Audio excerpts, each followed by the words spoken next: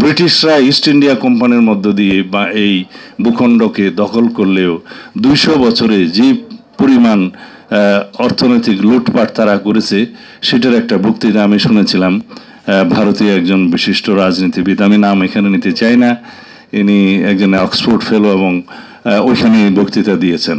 তার চাইতে বহু গুণ বেশি লুটপাট করেছে বিগত 15 বছরে শেখ হাসিনার ফ্যাসিস্ট রেজিম। আয়কর সেক্টরে, রাজস্ব আহরণের সেক্টরে আমাদেরকে খুব বেশি অনেস্টি বজায় রাখতে হবে। এর বেশি বললে বোধহয় আমার সমালোচনা হবে। কারণ আমরা যারা যারা ট্যাক্স দিই তারা আমরা জানি যে ট্যাক্স আমরা দিতে চাই, কিন্তু ট্যাক্স অফিসের কারণে আমরা সঠিকভাবে ট্যাক্স দিতে পারি না। এর বেশি বোধহয় খোলাসা করলে অসুবিধা হবে। বসুন্ধরা ডায়াপেন্ট এখন আরো উন্নত। এই hot air through top sheet দ্রুত শোষণ করে সোনামণিকে দেয় কোমল অনুভূতি। যাই হোক, আমরা যদি সর্বক্ষেত্রে আমাদের সততা প্রতিষ্ঠা করতে পারি, দেশপ্রেমকে যদি আমরা প্রায়োরিটি দিতে পারি, তাহলে আমরা একদিন সেই জায়গায় যাব ইনশাআল্লাহ হবে। কারণ জবাবদিহিতা তো খুব একটা নাই এই সরকারের, প্রয়োজনও পড়ে না বোধহয় ইদানিং আচার আচরণে, তাই আমার মনে হচ্ছে। তো সেই জন্য উপদেষ্টা পরিষদকেই অনুরোধ করব, করমুক্ত আয় সীমাটা অন্তত পক্ষে আরও একটু বাড়ানো দরকার। এখন 3.5 লাখ আছে, সেটা কমপক্ষে 4 লাখ করা দরকার কমপক্ষে। এখন চালু আছে, সাংবিধানিকভাবে এই সরকার চলছে, সংবিধান যেভাবে বলছে উপদেষ্টা গণমন্ত্রীর মর্যাদা ভোগ করবে এবং মন্ত্রীরা হওয়ার জন্য আর্টিকেল 66 অনুসারে যে সংসদ সদস্য হওয়ার সমস্ত যোগ্যতা থাকতে হয় সেটা উপদেষ্টা মণ্ডলীকে মাথায় রাখতে বলবো।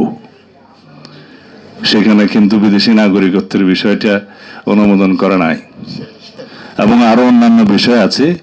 আমি এই বিষয়ে আজকে এর বেশি কিছু বলবো না। সুতরাং কনস্টিটিউশনালি আপনাদের এই সরকারের রেটিফিকেশন লাগবে ইন দ্য নেক্সট পার্লামেন্ট, এটাও আপনারা মাথায় রাখবেন। এবং রেটিফিকেশন লাগলে এই লেজিটিমেসি কিভাবে দেয়া হবে, কোন জায়গায় দেয়া হবে, সেটাও আমরা বিবেচনা করব।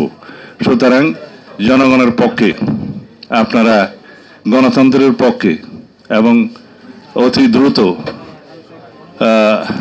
আমরা যাতে ডেমোক্রেটিক ট্রান্সফরমেশনের দিকে যেতে পারি সেরকম কার্যক্রম আপনারা নেবেন।